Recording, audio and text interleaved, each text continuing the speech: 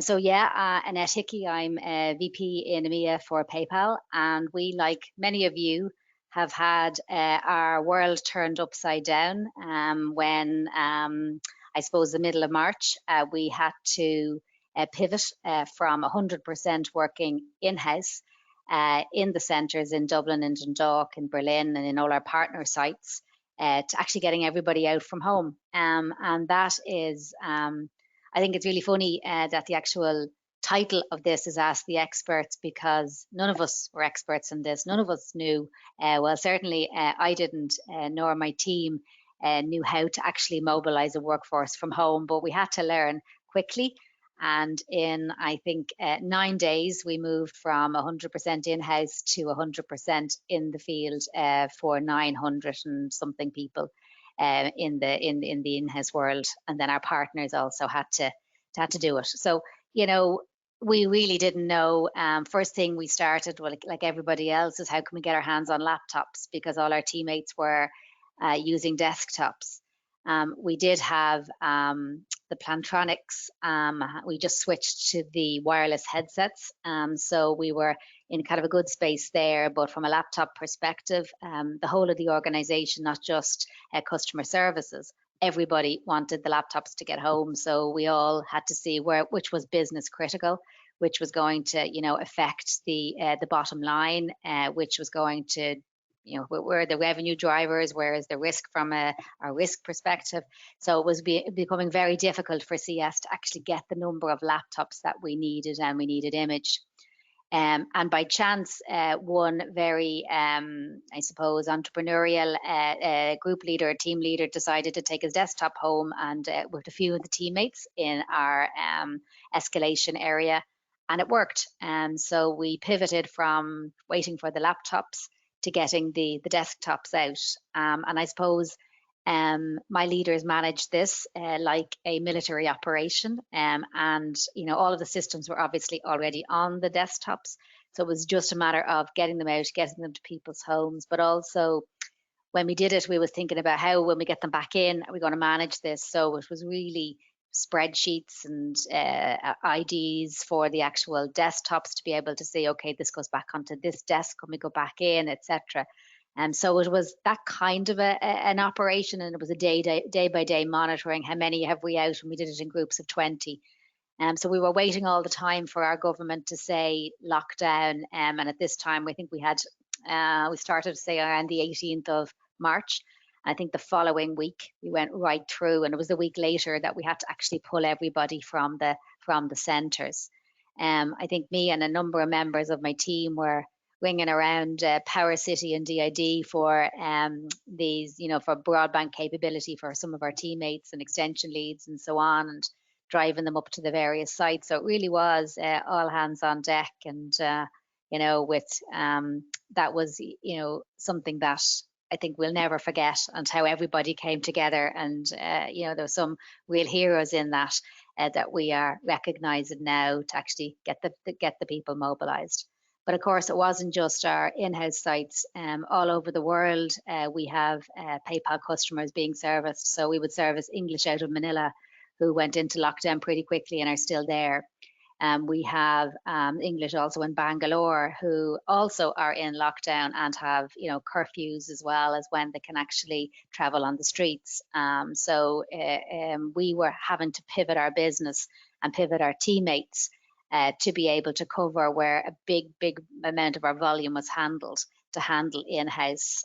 So there was lots of things that we had to do, not only to get the teammates home, but to the variety of work that they did when they get there. For example, Annette, our Italians. Yeah, sorry, Dorothy. Sorry, one question. I'll sort of bring in the questions as we go along, if that's okay with you. So one of the questions is, how did you overcome security issues, health and safety issues, and getting your team up and running? And the other related one, you might want to handle both in the same spaces. Did you have a business continuity in place and plan, which I know a lot of companies do, but it's generally to go to another site rather than to go to people's homes.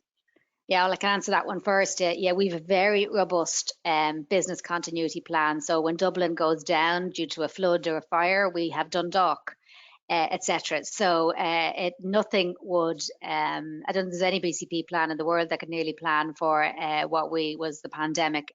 Certainly, even now we're still in business continuity, and we're 4 weeks into the plan, and we move and pivot as the actual world is changing as well. So our BCP plans really had to be torn up and rewritten on the fly. In terms of security, because we use the desktops, all our systems are secure on the desktops or laptops, whichever the teammate was using to take home. But in terms of, when they get home, private space, not going to coffee shops, all that kind of stuff, we have a training module for our teams that they have to complete and sign up to, which makes sure that our customers and our data is all safe and secure. From a health and safety perspective, that was a bit trickier because, again, shops are all closed. So teammates are working at dining room tables and kitchen tables, etc. So only now really we're kind of getting the ergonomics piece sorted out, but it's got to be done. But it's certainly, we're in lag mode for that for sure, getting that organised for our teammates as we go on a need basis. That helps. Great, thanks, Annette. Do we want to move on then? I know we talked about how you're delivering training. I know you briefly mentioned training there, but how you're delivering training and how that's working out for you guys. Yeah, it was, again, our training team had started to move to virtual training and to more e-learning, towards, I suppose, the middle of 2019. But again, that had to be really accelerated, and a lot of our modules had to be rewritten in order to get them out into the ether of our teammates. We had some people at different stages. We had new hires who were in the middle of training who had to be moved home. We had people who are coming in to start training, and we have people who are at the beginning of their journey or needing mentoring to get them up to speed. But we also had experienced teammates out there within our population who needed to pivot because they needed to do a different skill set or a different language or a different channel type. So we were, training teammates to go from, being on a phone channel to an asynchronous messaging channel, which they'd never been on before. So a 90-minute module, because they had to pivot in a day, was pulled together and trained out virtually by our team. A lot got it done before they left the centres. We really worked to get that done, knowing that's where we're going to be pivoting to. But the e-learning is something that has, really had to really be developed quickly. I think we had a training meeting yesterday. I think there was 63 different training modules had to be developed by our training teams to get them out, to get everybody where they are today, which is into their skill set, into their content type, into everything that they needed in order to be able to provide the service for our customers. We have people, a whole new hire team in Tel Aviv who are starting, and they have social distancing there. So there is 10 teammates only allowed on a floor, and there's 10 teammates on each floor of 3 floors. So there's 30 in a training session, and maybe it's 20 in 2 floors. And the trainer is based remotely at home in Ireland and is training out to the team, like in a team session or whatever, and actually delivering the training that way as well. So it's been quite a different, and our training team has been a phenomenal partner throughout this, with, I'm sure a lot of you know Paramita and the gang, but they are really playing, really have lifted their game now during this BCP and have come into their own. And Annette, can I ask, just in terms of channels, I know we talked about this briefly yesterday, you had been moving to messaging anyway. Yeah. So have you seen that completely flip on its head now that it's less voice, more messaging? Yeah, absolutely. We have absolutely flipped that. We were, I suppose, I think I put the stats down here earlier, but I think we were about 20, messaging is up 20% and phone is down 24% from volumes since this has started. And what we have done is, there's a couple of things, right? With messaging, customers can actually put in their messages, and you don't need to have a teammate at the end at that time, and we can get back to them when the queues are. So that helps from a service level perspective, and customers can get through to the messaging in most markets 24/7 and stick their messages in, and our teammates will then jump on when they're back online. So that helps from a service level perspective. But also, if you think about the home population, some of our population have young children, or there's multiple people in the house, and because of that, messaging is a silent channel, and it's much more, I suppose, practical from a teammate perspective. So a lot of our messaging as well would have been handled in Bangalore for our UK customers, for example. Bangalore shut down. All of our Bangalore teammates are now working at home, but they have, broadband issue and electricity issues. So the teammates over in Ireland have flicked into that channel as well. But we have seen a huge move, and we've looked at our segments whereby our merchants and our high engaged, or our big spending customers will have phone and messaging available to them. But where our emerging customers who are, I suppose, lower value to PayPal, we are offering messaging only. So we have actually dictated the channel based on the customer value type. And a related question from Mairead, Annette, did you find the call volumes increase, and are you using automated chatbots? Are they helping you? I know you were using them previously, they were in place. Our volumes are down. Now, they're starting to stabilize a bit now. But, for the first couple of weeks, I suppose people had other things on their mind during the pandemic, and we saw volumes really reducing. The bots most certainly, Mairead, are helping, and we are abating a lot of our volume now. We have, our contact rate was running at around 0.8 before the pandemic, and I think we're running just below 0.4 now. And the abatement with the bots is, really helping that, particularly as we're trying to flick as well from our email channel into asynchronous. And we would have had a lot of autoresponders, which needs now the bots will be taking over that workload for our customers.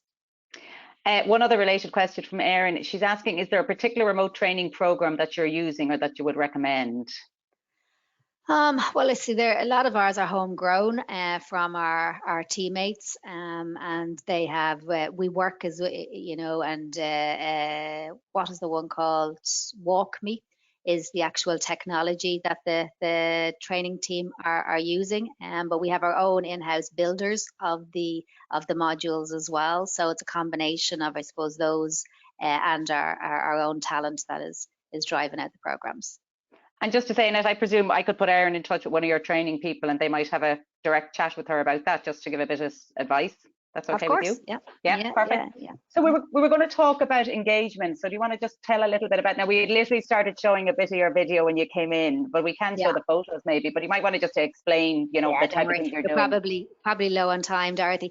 So look, this is something that I think we were in a bit of a fortunate position in that we had just run an RFP out there for an event company to do the PayPal events for the year. And then we had to pivot into, there's pictures, that's actually outside of the event company.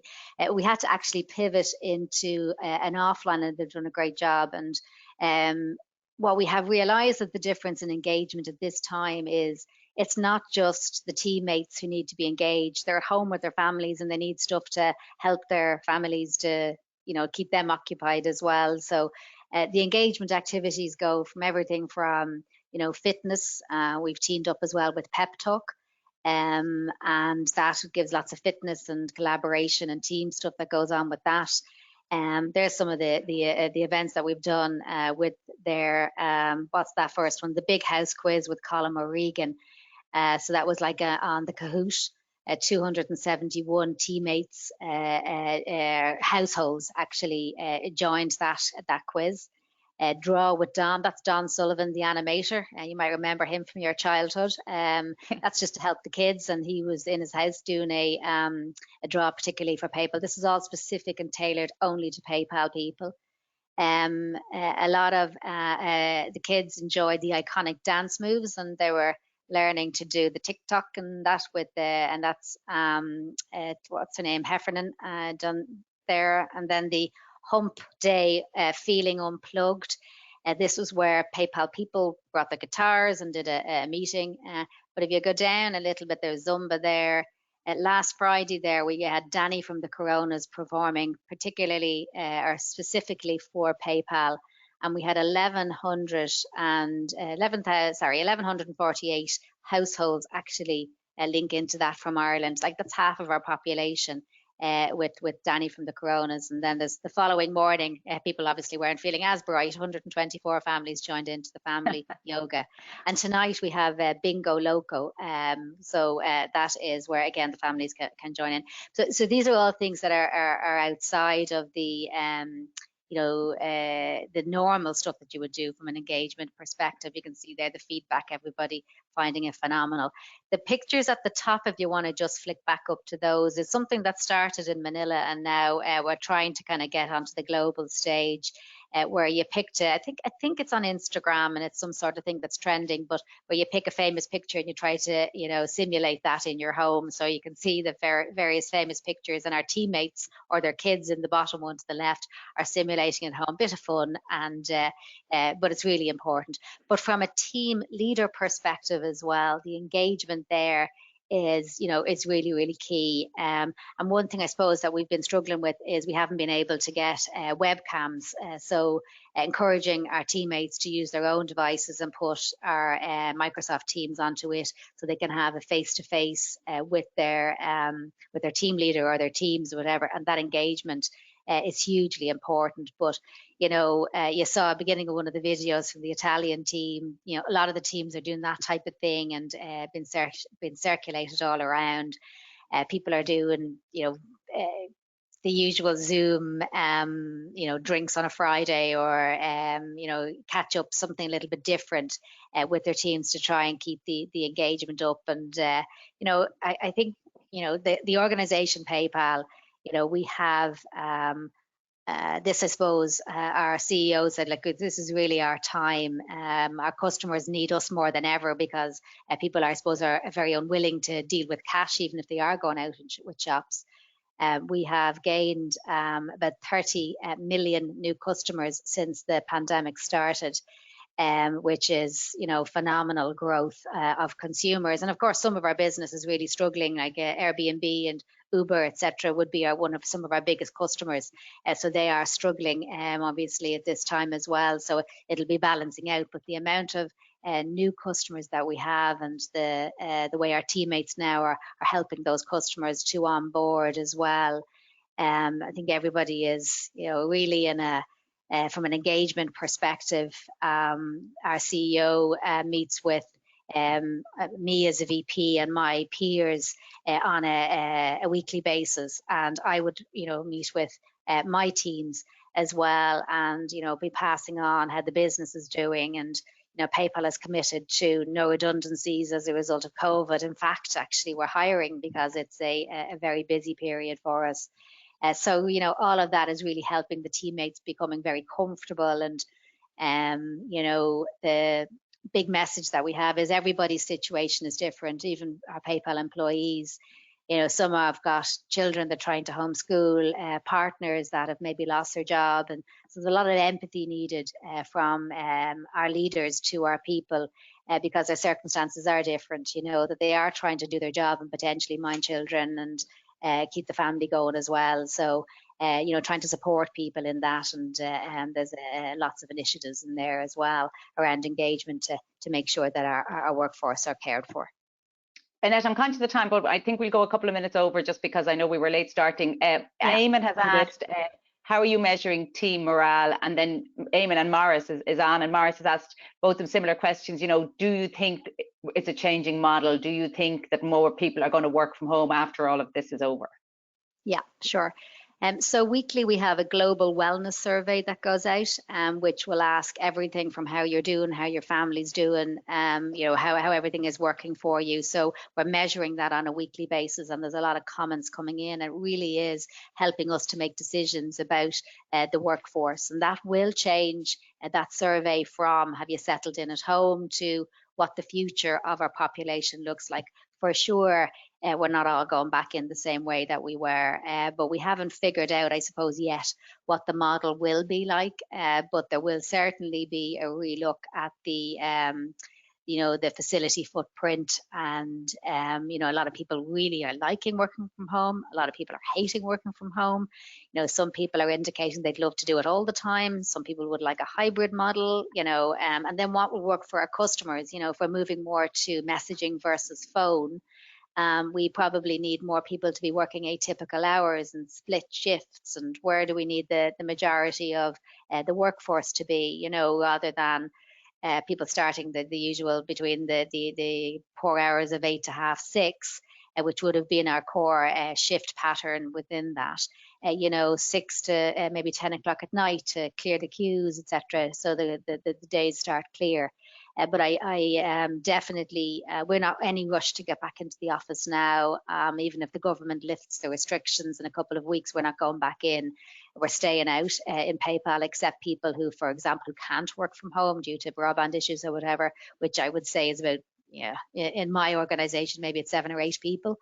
But other than that, we're going to stay home, I would assume, for the majority of the summer until we have, until we're confident that we have a model that we can flip into, but also that the coronavirus is sorted. But I think if we go back in, the danger is you'd be back out again, and it's just more people, Yeah, and the last thing, and I just we take a minute or two on this, Annette, as I know you were going to talk about just briefly leaders leading and how the change and how you lead your teams in this new way of working.